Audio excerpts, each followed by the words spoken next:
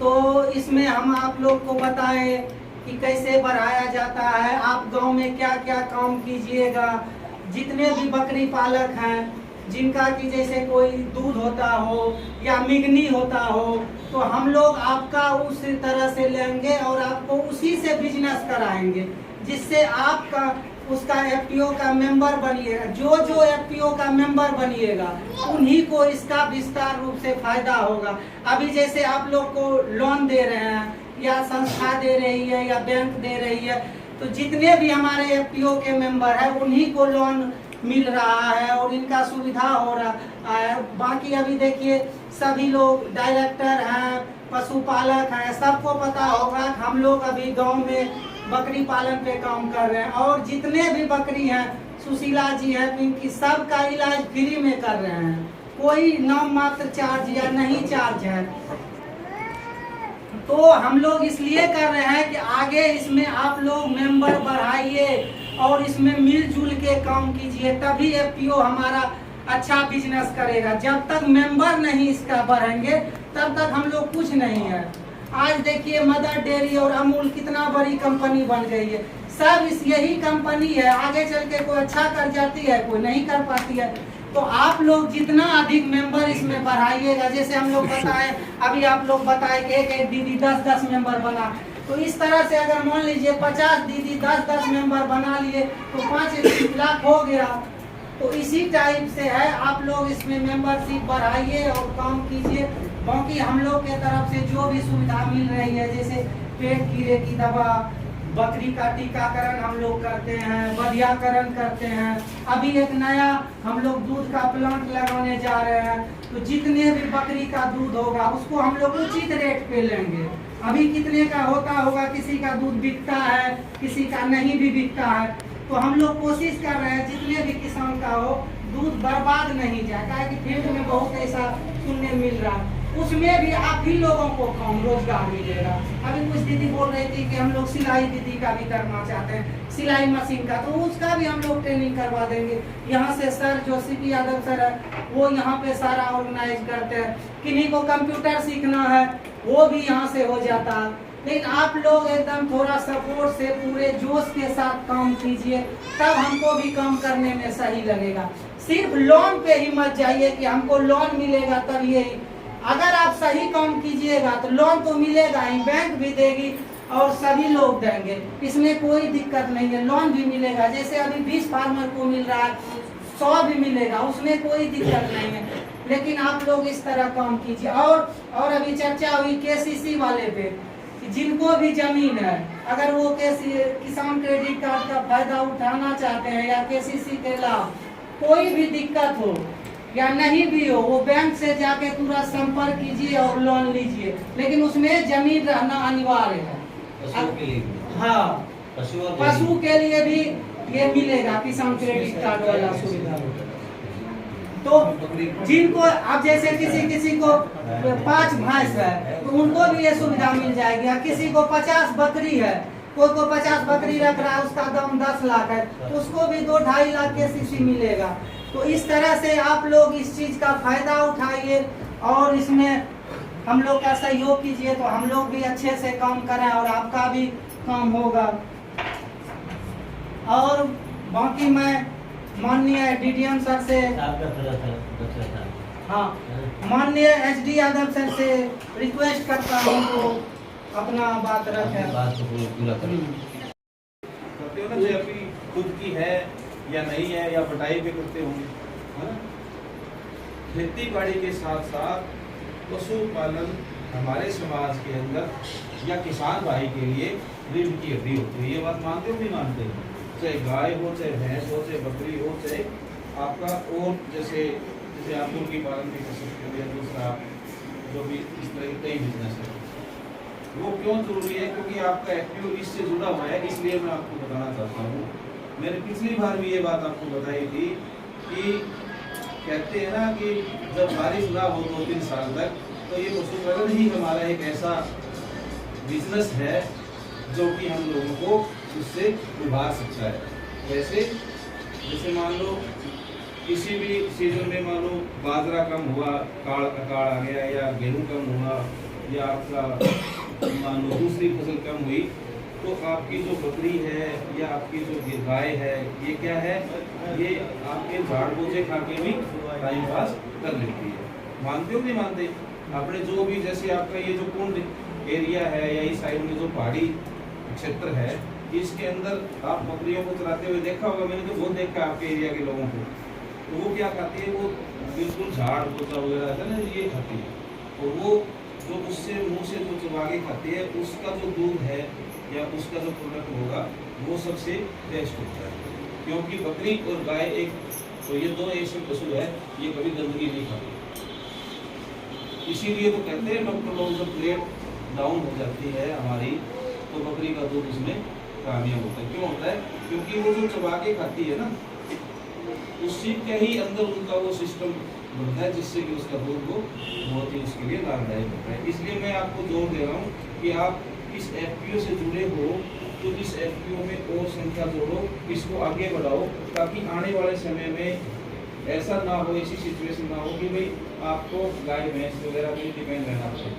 क्योंकि इसके आगे जो प्रोडक्ट भी बनेंगे, वो जैसे कहते हैं ना कि ये आपका देसी बाजरा है, ये आपका देसी गेहूँ है, वो गुड़गांव में 3000 रुपये क्विंटल बिकती है। क्यों? वहाँ लोग पैसा नहीं देखते, वहाँ क्वालिटी देखते हैं।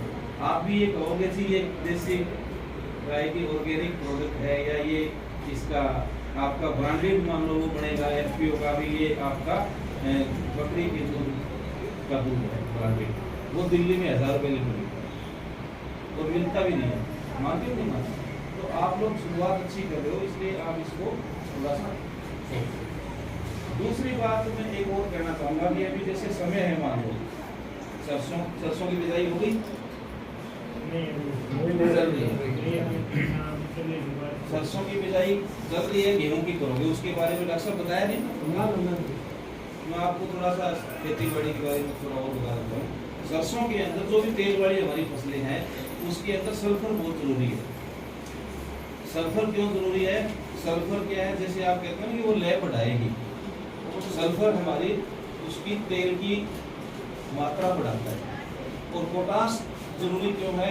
क्योंकि वो हमारी जो सर्दी पड़ती है ना जनवरी दिसंबर जनवरी के अंदर, तो पाले को बचाने का काम करती है। क्योंकि जैसे हम खाना खाते हैं अपने शरीर के लिए, हमारे को बैलेंस डाइट चाहिए ना, चाहिए ना हमारे को। हम रोजाना तो आलू की सब्जी नहीं खाओगे, रोजाना गाजर की नहीं खाओगे, आपको उसके साथ में सारी चीज़ें चाहिए, आपको सलाद भी चाहिए या आपको और भी चीज़ें चाहिए। इसी तरह हमारी फसल को भी 16-17 पोषक तत्व चाहिए अपना लाइफ साइकिल कंप्लीट करने के लिए।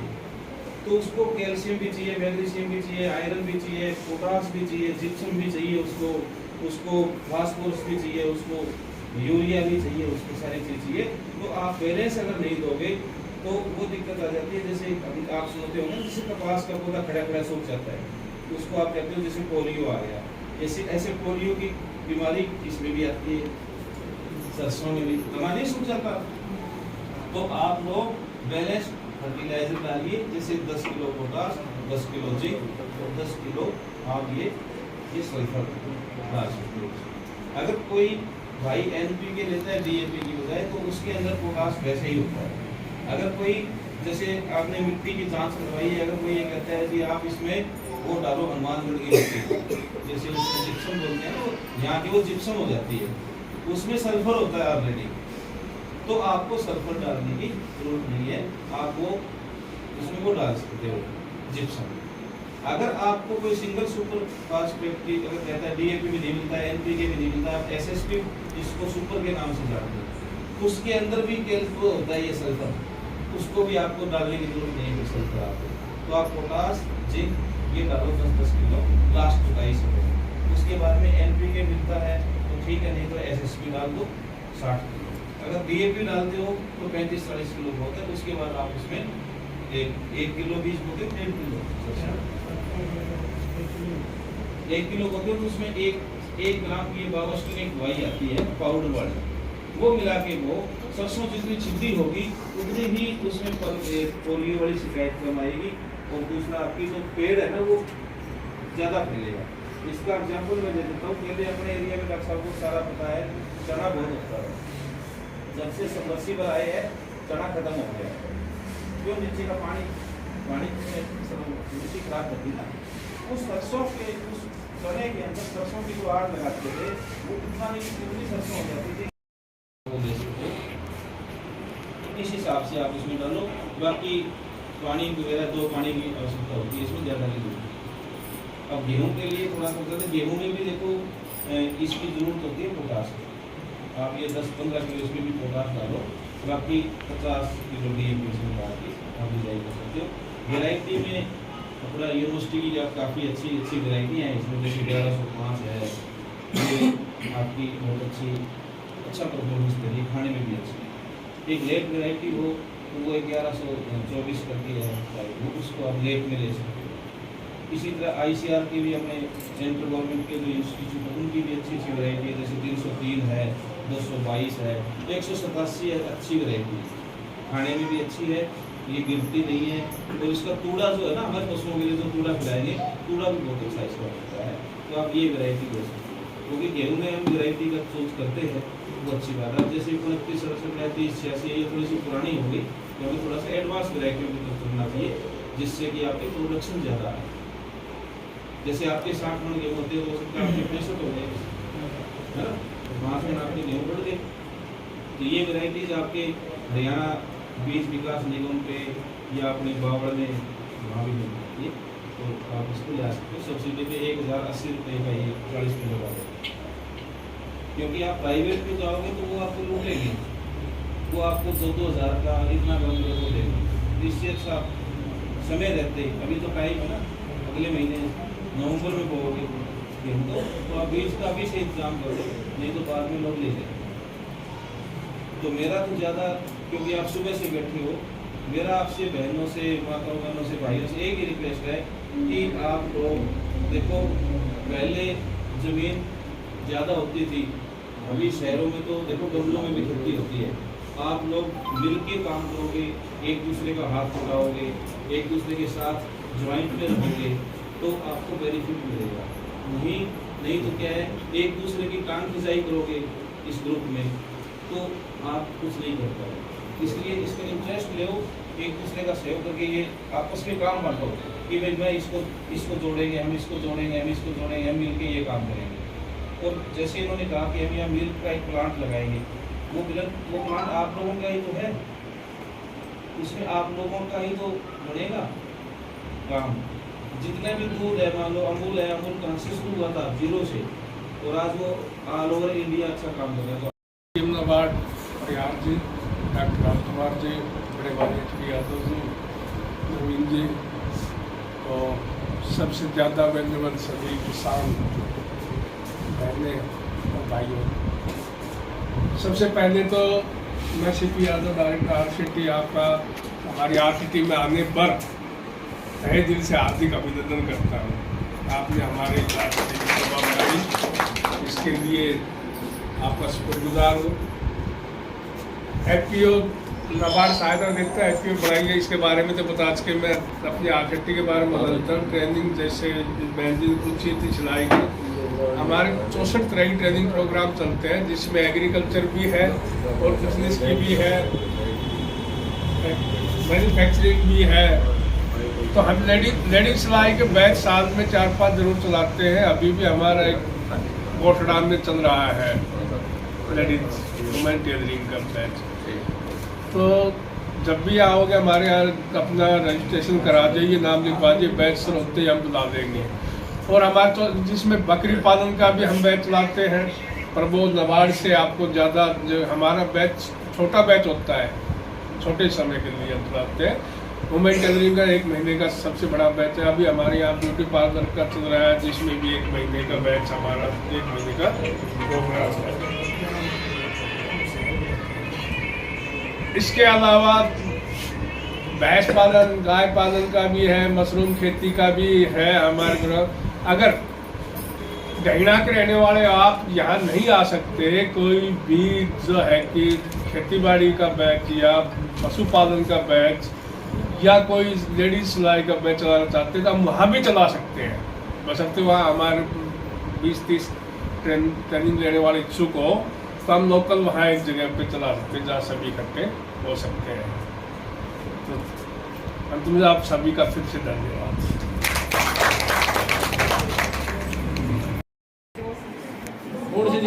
ज्योति आ जाइए बोका इनके तो आपने 48,000 ये सर नहीं, ये सर मिस्टेक से हो गया है।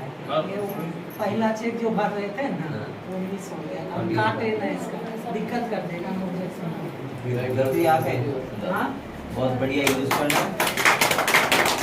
और आप इसको ना वापस टाइम से, जो भी ये मंथली है, हाँ मंथली है सर, जो किस्त बता रखी होगी कितनी, 3400 3432 कम कर लो, ब्याज मिला के। हाँ भी आदमी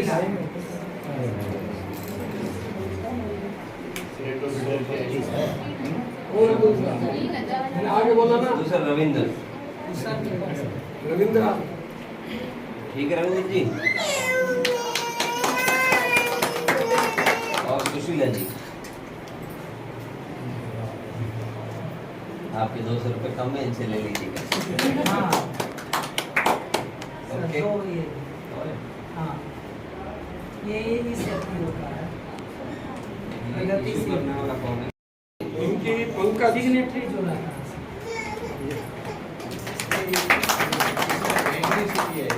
मैं बताता हूँ। सर हम आपसे जानकारी चाहेंगे, जो नाबार्ड है किस तरह से ये आम जनता को फायदा देता है और किस तरह से कार्य कर रहा है, या हमारे क्षेत्र में क्या लाभ उठा रहे हैं लोग बाग, इससे थोड़ा बताएं इसके बारे में। हाँ, देखो जो नाबार्ड का मेन फंक्शन है, जो नाम में भी है इसके, एग्रीकल्चर और रूरल डेवलपमेंट। जी नाबार्ड का जो मेन हम लोग फोकस करते हैं, खेती से जुड़े हुए लोग और गांव से जुड़े हुए लोग, बुनियादी उनको सुविधाएं देना। और आज का जो प्रोग्राम रखा गया है, मैं किसानों को संगठित करके उनका खुद का कंपनी क्यों ना बनाया जाए। जो बिचौलिए हैं वो लोग ज़्यादा मुनाफा कमा रहे हैं, तो किसानों का अगर खुद का कंपनी बनेगा और जो मेंबर्स रहेंगे वो सारे के सारे कंपनी के किसान रहेंगे जी, तो वो कहीं ना कहीं जो मुनाफा है उन्हीं में बटेगा, शेयर मनी ये लोग कलेक्ट करेंगे। इसी तरीके से बहुत सारी हमारे इधर योजनाएं हैं। भालकी आपने सुना होगा, भालकी वाटर शेड है जी, जिसमें जो बारिश के टाइम में किसानों के खेत जो पहाड़ों के नज़दीक हैं वो कटौती हो जाती है, ज़मीन कट जाती है, उनके खेत की फसल बर्बाद हो जाती है। इसमें हम कुछ इस तरह के ट्रीटमेंट प्लान कर रहे हैं कि पानी को जल साजन जिसे बोलते हैं वाटर सेट, पानी जब तेज़ बह रहा है तो उसको धीरे करना सिखाते हैं, बहुत दौड़ रहा है तो उसको चलना सिखाते हैं। तो ये सब बहुत सारे ट्रीटमेंट होते हैं, उसके लिए हम लोग प्लान कर रहे हैं और बहुत बड़ा प्रोजेक्ट यहाँ पे इम्प्लीमेंट कर रहे हैं। इसी के साथ साथ एक आपको FPO बता दिया, JLG जॉइंट लाइबिलिटी ग्रुप, इनकी मान लो कोई महिलाएं बेटी या कोई भी किसान भाई जिनके इमीडिएटली पैसे की रिक्वायरमेंट है और उनके पास कोई सिक्योरिटी न रखने की नहीं है उनके पास, तो उनके लिए भी हम 50-50 हज़ार रुपये का लोन इमीडिएटली बैंकों के माध्यम से दिलाते हैं। 4 का ग्रुप बनाते हैं, 2 लाख रुपये 4 लोग मिलकर कुछ अपना उद्यम या गाय बकरी भैंस जो भी खरीदना चाहे खरीद सकते हैं। इसी तरीके से बहुत सारी नाबार्ड का इनडायरेक्ट रोल, यानी कि हम लोग डायरेक्ट स्टेट गवर्नमेंट से जुड़ के भी इनकी बहुत हेल्प करते हैं, चाहे वो आंगनबाड़ी बनाने का काम हो, आपका स्कूल बनाने का गांव में, आपका रोड, आपका विलेज नॉलेज सेंटर, आपके ड्रिंकिंग वाटर के बहुत बड़े प्रोजेक्ट जो खलेटा वगैरह आसपास यहाँ पे होंगे। तो इस तरीके से हम लोग कहीं ना कहीं डायरेक्टली इनडायरेक्टली दोनों तरफ से एग्रीकल्चर और रूरल डेवलपमेंट सेक्टर में जो भी काम है हम उसमें बराबर भागीदारी देंगे। जी सर, कुछ भ्रांतियां हैं, कुछ लोगों के इस तरह के सवाल हैं इस समाज में, हमारे क्षेत्र में, कि जो हज़ार या 500 रुपये कलेक्ट कर जाते हैं जो जमींदार किसानों से, तो इनको लेकर भी काफ़ी सवाल है कि ये लेके भाग जाते हैं या कहीं इधर उधर कर देते हैं। उसका भी मैं यहाँ आपके माध्यम से क्लियर कर देना चाहूँगा, क्योंकि कोई भी ओरिजिनल चीज़ें आती हैं ना, जिसके साथ साथ डुप्लीकेट या नकली बेचने वाले तैयार रहते हैं। उन सब से मैं किसान भाइयों से भी ये निवेदन करना चाहूँगा कि वो अलर्ट रहें। अब ये FPO जो बनाया किसानों का खुद का कंपनी, दहीना महिला बकरी पालक फार्मर प्रोड्यूसर कंपनी, आपको जो भी 1000 रुपये इस कंपनी के नाम से लेगा वो आपको रसीद देगा और आप चाहो तो डायरेक्टली आप अपने FPO के खाते में भी जमा करा सकते हैं। कोई प्रूफ ना दे, कल दे देंगे रसीद, आज दे देंगे, उसको पैसे नहीं देने। हमने क्लियरली मना कर रखा है, जिसका जो कोई भी प्रूफ ना दे उसको पैसे नहीं देने हैं। कंपनी के बारे में आपको ब्रीफ करेंगे, सारी चीज़ें बताएंगे, तभी जाके देना है। क्योंकि बहुत सारी ऐसे केसेस आते हैं कि उसको इस नाबार्ड के नाम से, कंपनी के नाम से ठग लिया गया है। तो इन सब से बचना का एक ही उपाय है कि आपको जब तक कोई लोकल, तभी मैंने बोला ना कि 20 लोगों के बीच में एक ग्रुप लीडर आइडेंटिफाई हो, जब वो बोले सब कुछ ओके, तभी आपको विश्वास करना। और ये तो बहुत बड़े स्तर पे जाएगा, तो कम से कम 1000 मेंबर होंगे जी। आने वाले टाइम में सारे एक दूसरे के जुड़ के एक ग्रुप भी बना सकते हैं व्हाट्सअप कि ऐसी न्यूज़ है, कोई नाबार्ड के नाम पे या एफपीओ के नाम से गलत पैसे मांगता है, तो आप मैसेज सर्कुलेट करके, आजकल तो टेक्नोलॉजी बड़ी फास्ट है, पता कर सकते हैं।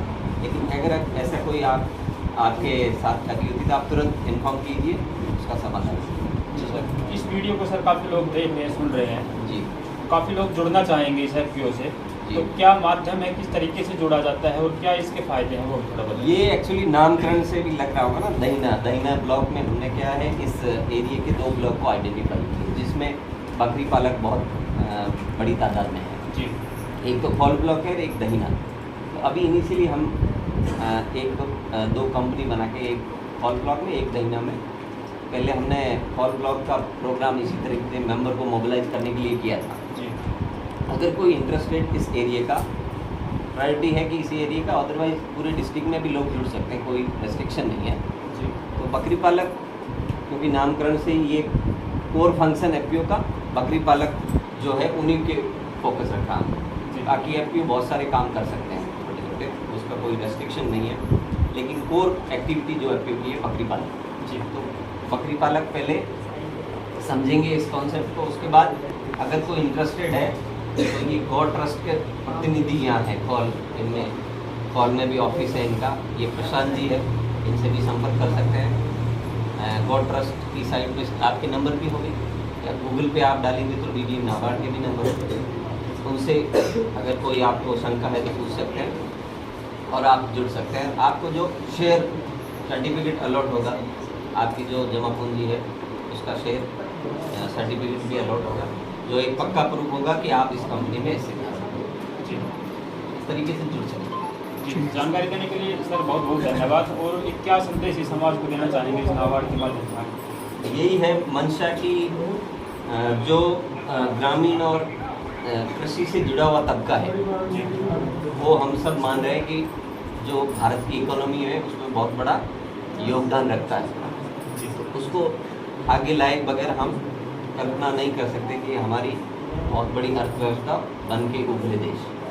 इन सभी बातों को ध्यान में रखते हुए हम स्पेशल फोकस कर रहे हैं, चाहे वो स्वयं सहायता समूह हो, जॉइंट लाइबिलिटी ग्रुप हो, एफपीओ हो, जो भी group agriculture rural development sector में उनके अपने एरिया को इम्प्रूव करने के लिए, अपने पर्टिकुलर सेक्टर को एलाइड एग्रीकल्चर या एलाइड एक्टिविटी को करने की, उसको किस तरीके से आगे बढ़ाना है और अपनी आजीविका को बढ़ाना है, वो सारी मदद हम लोग। Thank you. Thank you.